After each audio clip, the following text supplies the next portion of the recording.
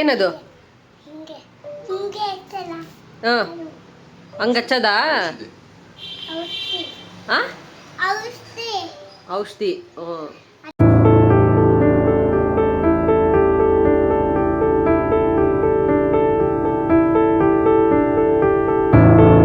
Hello ನಮಸ್ಕಾರ, hope ಎಲ್ಲರೂ ಚೆನ್ನಾಗಿದ್ದೀರಾ ಅಂತ ಅಂದ್ಕೊಂಡಿದ್ದೀನಿ. Welcome to Chaitra vlogs in Kannada. So ಇವತ್ತು ಬೆಳಗ್ಗೆನೇ ಎದ್ಬಿಟ್ಟು ಪೂಜೆಗೆ ಹೂ ಬೇಕಾಗಿತ್ತು, ಹಾಗಾಗಿ ಕಿತ್ಕೊಂಡು ಹೋಗೋಣ ಅಂತ ಬಂದೆ. ನೋಡಿ ಅರ್ಶಿನದ ಗಿಡ ಎಷ್ಟು ದೊಡ್ಡದಾಗಿದೆ. ನಾನು ಲಾಸ್ಟ್ ವ್ಲಾಗಲ್ಲಿ ನಾನು ಅರ್ಶಿನದ್ದು ಗಿಡ ಹಾಕೋದು ಎಲ್ಲನೂ ತೋರಿಸಿದ್ದೆ. ಇವಾಗ ಇಷ್ಟು ದೊಡ್ಡದಾಗಿದೆ. ಸೊ ಇವಾಗ ಆಲ್ಮೋಸ್ಟ್ ಹಾಕ್ಬಿಟ್ಟು ಒಂದು 4-5 ತಿಂಗಳಾಯಿತು. ಇನ್ನೂ ಒಂದು ಏನಿಲ್ಲ ಅಂದರೂ ಇನ್ನೂ ಒಂದು 8-9 ತಿಂಗಳಾದಮೇಲೆ ನಾವು ಅದನ್ನು ಕಿತ್ಬಿಟ್ಟು ಅರ್ಶಿನ ತಗೋಬೇಕು. ಸೊ ಆವಾಗಲೂ ಕೂಡ ಬಂದಿದ್ದನ್ನ ಮತ್ತೆ ನೆಟ್ಬಿಟ್ಟು ಬೆಳೆಸೋಣ ಅಂತ ಅಂದ್ಕೊಂಡಿದ್ದೀನಿ. ನೋಡೋಣ ಎಷ್ಟು ಬರುತ್ತೆ, ಹೇಗೆ ಬರುತ್ತೆ ಅಂತ ನಾನು ಅಪ್ಕಮಿಂಗ್ ವ್ಲಾಗಲ್ಲಿ ಕೂಡ ತೋರಿಸ್ತೀನಿ. ಹಾಗೆ ಇವತ್ತು ತಿಂಡಿಗೆ ಕ್ಯಾಪ್ಸಿಕಮ್ ರೈಸ್ ಮಾಡೋಣ ಅಂತ ಅಂದ್ಕೊಂಡೆ. ನಮಗೆ ಹೆಣ್ಮಕ್ಳಿಗೆ ಬೆಳಗ್ಗೆ ಎದ್ದ ತಕ್ಷಣ ಫಸ್ಟು ಬ್ರೇಕ್ಫಾಸ್ಟ್ ಏನಪ್ಪ ಮಾಡೋದು ಅನ್ನೋ ಯೋಚನೆ ಬರುತ್ತೆ. ಸೊ ಹಾಗಾಗಿ ಇವತ್ತು ಕ್ವಿಕ್ಕಾಗಿ ಕ್ಯಾಪ್ಸಿಕಮ್ ರೈಸ್ ಮಾಡೋಣ ಅಂತ ಅಂದ್ಕೊಂಡೆ. ಸ್ವಲ್ಪ ರಾತ್ರಿದು ಅನ್ನ ಕೂಡ ಮಿಕ್ಕಿತ್ತು. ಸೊ ಹಾಗಾಗಿ ಇದನ್ನು ಪ್ಲ್ಯಾನ್ ಮಾಡಿಕೊಂಡು ಮಾಡ್ತಾಯಿದ್ದೀನಿ. ಸೊ ಮೊದಲನೇದಾಗಿ ಶೇಂಗಾ ಬೀಜನ ಡ್ರೈ ರೋಸ್ಟ್ ಮಾಡಿಕೊಂಡು ಅದು ಸಿಪ್ಪೆಯನ್ನು ತೆಗೆದೆ ಹಾಗೆ ಪುಡಿ ಮಾಡ್ಕೊಂಡು ಇಟ್ಕೋಬೇಕು ತರಿಯಾಗಿ. ಅದಾದ ನಂತರ ಒಂದು ಪ್ಯಾನ್ಗೆ ಒಂದು ಸ್ವಲ್ಪ ಎಣ್ಣೆ ಹಾಕ್ಕೊಂಡು ಸಾಸಿವೆ, ಜೀರಿಗೆ, ಕಡಲೆಬೇಳೆ, ಉದ್ದಿನಬೇಳೆ ಹಾಕ್ಕೊಂಡು ಚೆನ್ನಾಗಿ ಫ್ರೈ ಮಾಡಿಕೊಂಡು ಅದಾದ ನಂತರ ಕರಿಬೇವು ಮತ್ತು ಶೇಂಗಾ ಬೀಜ ಹಾಗೆ ಈರುಳ್ಳಿ ಇದಿಷ್ಟನ್ನು ಹಾಕಿ ಚೆನ್ನಾಗಿ ಫ್ರೈ ಮಾಡಬೇಕು. ಈರುಳ್ಳಿ ಸಾಫ್ಟ್ ಆದ ನಂತರ ಅದಕ್ಕೆ ಒಂದು ಸ್ವಲ್ಪ ಅರಿಶಿನ ಪುಡಿ ಹಾಗೆ ಟೊಮ್ಯಾಟೊ ಇದೆರಡನ್ನೂ ಸೇರಿಸಿ ಮತ್ತೆ ಚೆನ್ನಾಗಿ ಫ್ರೈ ಮಾಡಬೇಕು. ಇದಕ್ಕೆ ನಿಮ್ಮ ರುಚಿಗೆ ಎಷ್ಟು ಬೇಕೋ ಅಷ್ಟು ಉಪ್ಪು ಹಾಕ್ಕೊಂಡು ಫ್ರೈ ಮಾಡಿಕೊಂಡು ಅದಾದ ನಂತರ ಕ್ಯಾಪ್ಸಿಕಮ್ನ ನಾನು ಉದ್ದುದ್ದಾಗಿ ಹೆಚ್ಕೊಂಡಿದ್ದೀನಿ. ಯಾಕೆ ಅಂತಂದರೆ ಬಾಯಿಗೆ ಸಿಕ್ಕರೆ ಟೇಸ್ಟ್ ತುಂಬ ಚೆನ್ನಾಗಿರುತ್ತೆ ಅಂತ ಹೇಳಿಬಿಟ್ಟು ನಾನು ಸ್ವಲ್ಪ ಉದ್ದುದ್ದವಾಗಿ ಹೆಚ್ಕೊಂಡಿದ್ದೀನಿ. ನಮ್ಮ ಮನೆಯಲ್ಲಿ ಯೆಲ್ಲೋ ಮತ್ತು ಗ್ರೀನ್ 2 ಕ್ಯಾಪ್ಸಿಕಮ್ ಇತ್ತು. ನೀವು ಗ್ರೀನ್ ಅಷ್ಟೇ ಸಿಕ್ಕರೆ ಗ್ರೀನ್ ಅಷ್ಟೇ ಯೂಸ್ ಮಾಡ್ಬೋದು, ಅಥವಾ ನಿಮಗೆ ರೆಡ್ಡು ಆ ಥರ ಎಲ್ಲ ಸಿಕ್ಕರೆ ಕೂಡ ಯೂಸ್ ಮಾಡ್ಬೋದು. ಎಲ್ಲ ಕ್ಯಾಪ್ಸಿಕಮ್ನು ಉದ್ದುದ್ದಾಗಿ ಕಟ್ ಮಾಡಿಕೊಂಡು ಸೊ ಇದಾದ ನಂತರ ಇದು ಚೆನ್ನಾಗಿ ಫ್ರೈ ಮಾಡಿ ಇದಕ್ಕೆ ಒಂದು ಸ್ವಲ್ಪ ಗರಂ ಮಸಾಲಾನ ಆ್ಯಡ್ ಮಾಡ್ಕೊಂಡಿದ್ದೀನಿ. ಟೇಸ್ಟ್ ಸಕ್ಕತ್ತಾಗಿರುತ್ತೆ. ಕೊನೆಗೆ ಒಂದು ಸ್ವಲ್ಪ ಕೊತ್ತಂಬರಿನ ಹಾಕ್ಬಿಟ್ಟು ಒಂದು ಸ್ವಲ್ಪ ನಿಂಬೆಹಣ್ಣಿನ ರಸ ಹಿಂಡಿ ಶೇಂಗಾ ಬೀಜದ ಪುಡಿನ ಇದಕ್ಕೆ ಹಾಕ್ಬಿಟ್ಟು ಮಿಕ್ಸ್ ಮಾಡಿ ತಟ್ಟೆ ಹಾಕ್ಕೊಂಡು ತಿಂತಿದ್ರೆ ಇನ್ನೂ ತಿನ್ನಬೇಕು ಅನ್ನೋಷ್ಟು ಟೇಸ್ಟ್ ಇರುತ್ತೆ. ಇದನ್ನು ಬ್ರೇಕ್ಫಾಸ್ಟ್ ಅಲ್ಲದೆ ನೀವು ಮಧ್ಯಾಹ್ನ ಲಂಚ್ಗೆ ಕೂಡ ಬಿಸಿಯನ್ನು ಮಾಡಿಕೊಂಡು ಕಲಿಸ್ಕೊಂಡು ತೊಗೊಂಡೋಗ್ಬೋದು. ಏನಾದರೂ ಸಾಂಬಾರಿಲ್ಲ ಅಥವಾ ಅನ್ನ ಸಾಂಬಾರು ತಿನ್ನೋಕ್ಕೆ ಆಗುತ್ತೆ ಅಂತ ಅನ್ನೋರು ಇದನ್ನು ಮಸ್ಟ್ ಟ್ರೈ ಅಂತ ಹೇಳುವಂಥ ರೆಸಿಪಿ ತುಂಬ ಟೇಸ್ಟಿಯಾಗಿರುತ್ತೆ. ಅಚ್ಚಪ್ಪ, ಯಾಕಪ್ಪ ಹಚ್ಚೋದು? ಯಾಕೆ ಕಂದ? ಯಾಕಪ್ಪ, ಏನು ಮಾಡಿದ್ಯಾ? ಹಾಂ, ಏನಾಗಿದೆ ತೋರ್ಸು, ತೋರ್ಸಕ್ಕೆ ಹೇಳಿ ಪಪ್ಪುಗೆ. ಗಾಯ, ರಕ್ತ ಆಗೈತೆ, ಕೈ ತೆಗಿ ನೋಡೋಣ ಏನಾಗೈತೆ ಪಪ್ಪುಗೆ. ಯಾಕಪ್ಪ ರಕ್ತ ಬರ್ತೈತೆ? ಹಾಂ,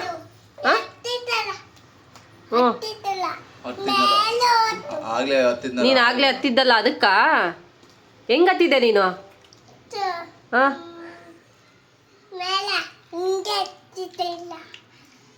ಹಂಗ ಹತ್ತಬಾರ್ದಪ್ಪ.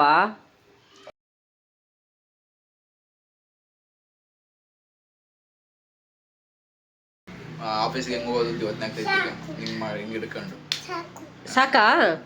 ಏನದು ಹಚ್ಚಿದ್ದು?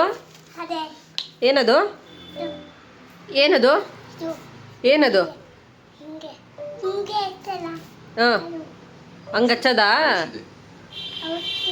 ಹಾಂ, ಔಷಧಿ. ಹ್ಞೂ ಹ್ಞೂ ಹ್ಞೂ ಹ್ಞೂ. ಈಗ ಹುಷಾರಾಗತ್ತೇನಪ್ಪ? ಹುಷಾರಾಗತ್ತಾ? ಹ್ಞೂ. ಯಾವಾಗ? ಎಷ್ಟು ದಿನದಲ್ಲಿ ಹುಷಾರಾಗುತ್ತೆ? ಎಷ್ಟು ದಿನ ಬೇಕಪ್ಪ? ಎಷ್ಟು ದಿನ ಬೇಕು ಹುಷಾರಾಗಕ್ಕೆ? ಆಮೇಲೆ ಎಷ್ಟು ದಿನ ಕರೆಕ್ಟಾಗಿ ಹೇಳ್ಬೇಕು ಸರ್ ಡಾಕ್ಟ್ರೇ. ಬೆಳಗ್ಗೆ ಯಾವತ್ತು? ಮಕ್ಕಳು ನಮ್ಮನ್ನು ನೋಡಿ ಕಲಿತಾರೆ ಅಂತ ಹೇಳೋದು ಎಷ್ಟು ಸತ್ಯ ಅಲ್ವಾ. ಸೊ ನಮ್ಮ ಮನೆಯಲ್ಲಿ ಯಾರಿಗೆ ಏನಾದರೂ ಆದರೂ ನಾವು ಒಬ್ರಿಗೊಬ್ರು ಕೇರ್ ಮಾಡ್ತೀವಿ. ಸೊ ಅದನ್ನು ನೋಡಿ ಪಾಪು ಕೂಡ ಕಲ್ತ್ಕೊಂಡಿದ್ದಾನೆ. ಸೊ ಅವನು ಸ್ವಲ್ಪ ಗಾಯ ಆಯಿತು ಅಂತಂದರೆ ಏನಾದರೂ ಹಚ್ಚೋದು ಮಾಡೋದು ಎಲ್ಲ ಮಾಡ್ತಾನೆ. ಅದಕ್ಕೆ ದೊಡ್ಡವರು ಹೇಳೋದು ಮಕ್ಕಳು ನಾವು ಹೇಳೋದನ್ನ ಕೇಳ್ಬಿಟ್ಟು ಕಲಿಯೋದಕ್ಕಿಂತ ನಮ್ಮನ್ನು ನೋಡಿ ಕಲಿತಾರೆ ಅಂತ ಹೇಳ್ಬಿಟ್ಟು. ಪೇರೆಂಟ್ಸೇ ಅವ್ರಿಗೆ ರಿಫ್ಲೆಕ್ಷನ್ನು, ಹಾಗೆ ಪೇರೆಂಟ್ಸೇ ರೋಲ್ ಮಾಡಲ್. ನಾವೇನು ಹೇಳ್ಕೊಡ್ತೀವೋ ಮಕ್ಕಳು ಅದನ್ನು ಕಲಿತಾರೆ. ಯಾಕೆಂದರೆ ಮಕ್ಕಳಿಗೆ ಏನೂ ಗೊತ್ತಿರಲ್ಲ, ಅಷ್ಟು ಇನೋಸೆಂಟು. ಸೊ ನಾವು ಒಳ್ಳೇದು ಹೇಳ್ಕೊಟ್ರೆ ಒಳ್ಳೇದು ಕಲಿತಾರೆ, ಕೆಟ್ಟದ್ದು ಹೇಳ್ಕೊಟ್ರೆ ಕೆಟ್ಟದ್ದು ಕಲಿತಾರೆ. ಹಾಗೆ ಇವತ್ತು ನನ್ನ ತಂಗಿ ಮಗಳದು ಸಕ್ಕರೆ ಆರತಿ ಕೂಡ ಇತ್ತು.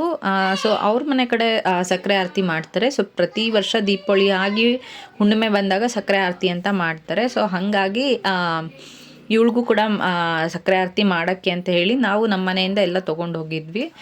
ಸಕ್ಕರೆ ಹೆಚ್ಚು ಹಾಗೆ ಹಣ್ಣು ಅದೆಲ್ಲ ತೊಗೊಂಡು ಹೋಗಿದ್ವಿ. ಸೊ ಆಗ ಕುಂದುರಿಸಿ ಸಕ್ಕರೆ ಆರತಿ ಮಾಡ್ತಾಯಿದ್ರು. ಸೊ ತುಂಬ ಕ್ರ್ಯಾಂಕಿ ಇದ್ಲು, ಯಾಕೆ ಅಂತಂದರೆ ಅವಳಿಗೆ ಶೀತ ಬೇರೆ ಆಗಿತ್ತು. ಸೊ ಹಾಗಾಗಿ ತುಂಬ ಕ್ರ್ಯಾಂಕಿ ಇದ್ಲು. ಕೊನೆಗೆ ಹೇಗೋ ಒಂದು 15-20 ನಿಮಿಷ ಸುಮ್ಮನೆ ಕುತ್ಕೊಂಡ್ಲು. ಕೈಗೆ ಕಟ್ಟಿದ ಕಂಕಣ ಅದೆಲ್ಲನೂ ತಿನ್ಕೊಂತ. ಮನೆಯಲ್ಲಿ ಪುಟ್ಟ ಮಕ್ಕಳಿದ್ರು ಅಂತಂದರೆ ಆ ಮನೆಗೆ ಒಂದು ಲಕ್ಷಣ. ಆ ಮನೆಯಲ್ಲಿ ದಿನ ಕಳಿಯೋದೇ ಗೊತ್ತಾಗಲ್ಲ. ಹಾಗೆ ಏನೋ ಚಂದ ಅಂತ ಅನಿಸುತ್ತೆ. ಬಟ್ ಅವ್ರು ಮಾಡೋ ತುಂಟಾಟ ಸಿಕ್ಕಾಪಟ್ಟೆ ಕೋಪ ಬರುತ್ತೆ ಕೆಲವೊಂದು ಸರಿ. ಬಟ್ ಆದರೂ ಫೈನಲಿ ತುಂಬ ಖುಷಿ ಅಂತ ಅನಿಸುತ್ತೆ ಮಕ್ಕಳಿರೋ ಮನೆಯಲ್ಲಿ. ನಾವು ಕೂಡ ಈ ಸಕ್ಕರೆ ಆರತಿ ಫಂಕ್ಷನ್ ಎಲ್ಲ ಮುಗಿಸ್ಕೊಂಡು ಅವತ್ತು ನನ್ನ ದೊಡ್ಡಮ್ಮ ಮನೆಯಲ್ಲಿ ದೀಪಾವಳಿ ಹಬ್ಬ ಕೂಡ ಮಾಡ್ತಾಯಿದ್ರು. ಸೊ ಅವರು ಹುಣ್ಣಿಮೆ ಟೈಮಲ್ಲಿ ಹಬ್ಬ ಮಾಡೋದ್ರಿಂದ ಸೊ ಅಲ್ಲಿಗೆ ಕೂಡ ನಾವು ಹೋಗಬೇಕಾಗಿತ್ತು. ಹಾಗಾಗಿ ಇಲ್ಲಿಗೂ ಮಧ್ಯಾಹ್ನ ಟೈಮಲ್ಲಿ ಬಂದು ಇದನ್ನೆಲ್ಲ ಮುಗಿಸ್ಕೊಂಡು ಇಲ್ಲಿಂದ ನಾವು ಕೂಡ ಹಬ್ಬಕ್ಕೆ ಹೋಗಿ ಹಬ್ಬ ಮುಗಿಸ್ಕೊಂಡು ಬಂದು ರಾತ್ರಿ ಮಲಗೋ ಅಷ್ಟರಲ್ಲಿ ಮೋಸ್ಟ್ಲಿ ರಾತ್ರಿ 10:30-11 ಆಗೋಯ್ತು ಅಂತ ಅನಿಸುತ್ತೆ. ಇದೆಲ್ಲ ಮುಗಿಸ್ಕೊಂಡು ನಾವು ಬ್ಯಾಂಗ್ಳೂರಿಗೆ ವಾಪಸ್ ಬಂದ್ವಿ. ನನಗೆ ಆಫೀಸ್ ಇದ್ದಿದ್ದರಿಂದ ನಾನು ರಜಾ ಹಾಕ್ಕೊಂಡು ಹೋಗಿದ್ದೆ. ಒಂದು 3-4 ಡೇಸು ಎಲ್ಲ ಮುಗಿಸ್ಕೊಂಡು ಬಂದಾಯಿತು. ಹಾಗೆ ನನಗೆ ಮೀಟಿಂಗ್ ಇತ್ತು. ಸೊ ನಂಗೆ ಮೀಟಿಂಗ್ ಇದ್ದಾಗೆ ನಮ್ಮ ಪಾಪುಗೆ ನನ್ನ ಜೊತೆಗೆ ಆಟ ಆಡಬೇಕು ಅಂತ ಅನಿಸೋದು.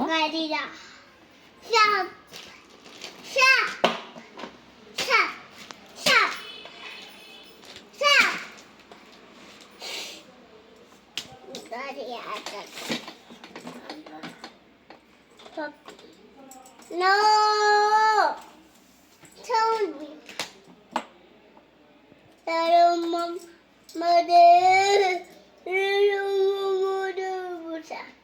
Butterfly!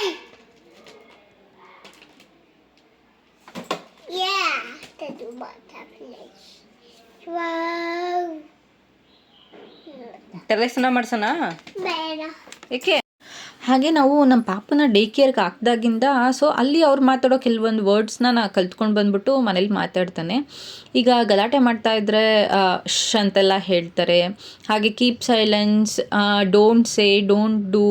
ಸೊ ಇವೆಲ್ಲ ವರ್ಡ್ಸ್ನ ಅವ್ನು ಕಲ್ತ್ಕೊಂಡು ಬಂದು ಮನೇಲಿ ಮಾತಾಡ್ತಾ ಇರ್ತಾನೆ. ಖುಷಿ ಅಂತ ಅನಿಸುತ್ತೆ. ಸೊ ನಾವು ಆ್ಯಕ್ಚುಲಿ ಮೇಯ್ನಾಗಿ ಅವ್ನು ಕಳಿಸ್ತಾ ಇರೋದು ಮಕ್ಕಳ ಜೊತೆ ಚೆನ್ನಾಗಿ ಆಟ ಆಡ್ಕೊಂಡು ಬರಲಿ ಅಂತ. ಯಾಕೆ ಅಂತಂದರೆ ಈ ಸಿಟಿ ಲೈಫಲ್ಲಿ ಹೊರಗಡೆ ಯಾರೂ ಮಕ್ಕಳಿರಲ್ಲ, ಇಷ್ಟು ಪುಟ್ಟ ಮಕ್ಕಳು ಆಟ ಆಡೋಕ್ಕೆ ಮಾಡೋಕ್ಕೆ. ಇದು ಹಳ್ಳಿನೂ ಅಲ್ಲ ಹಂಗೆಲ್ಲ ಕಳ್ಸೋಕ್ಕೆ. ಸೊ ಹಾಗಾಗಿರೋದ್ರಿಂದ ಮಕ್ಕಳು ಜೊತೆಗೆ ಬೆರೆತ್ರೇ ಚೆಂದ. ಅವ್ರಿಗೂ ಇಂಟ್ರ್ಯಾಕ್ಟಿವ್ ಸ್ಕಿಲ್ಸ್ ಎಲ್ಲ ಡೆವಲಪ್ ಆಗುತ್ತೆ. ಹಾಗೆ ಅವರು ಸೋಷಿಯಲ್ ಆಗಿರ್ತಾರೆ, ಯಾರ ಜೊತೆ ಹೆಂಗೆ ಬಿಹೇವ್ ಮಾಡಬೇಕು ಅನ್ನೋದನ್ನ ಕಲ್ತ್ಕೊಳ್ತಾರೆ. ಸೊ ಹಾಗಾಗಿ ನಾವು ಕಳಿಸೋದ್ರಿಂದ ಅವನು 3-4 ಅವರ್ಸ್ ಚೆನ್ನಾಗಿ ಎಂಜಾಯ್ ಮಾಡ್ಕೊಂಡು ಬರ್ತಾನೆ. ಸೊ ಇದಾಗಿತ್ತು ಇವತ್ತಿನ ಪುಟ್ಟ ವ್ಲಾಗ್. ಈ ವ್ಲಾಗ್ ಹೇಗೆ ಅನ್ನಿಸ್ತು ಅಂತ ಕಮೆಂಟ್ ಮಾಡಿ ತಿಳಿಸಿ. ಹಾಗೆ ಮತ್ತೆ ಒಂದೊಳ್ಳೆ ವ್ಲಾಗ್ ಜೊತೆ ಬರ್ತೀನಿ. Until then take care, bye ಬಾಯ್.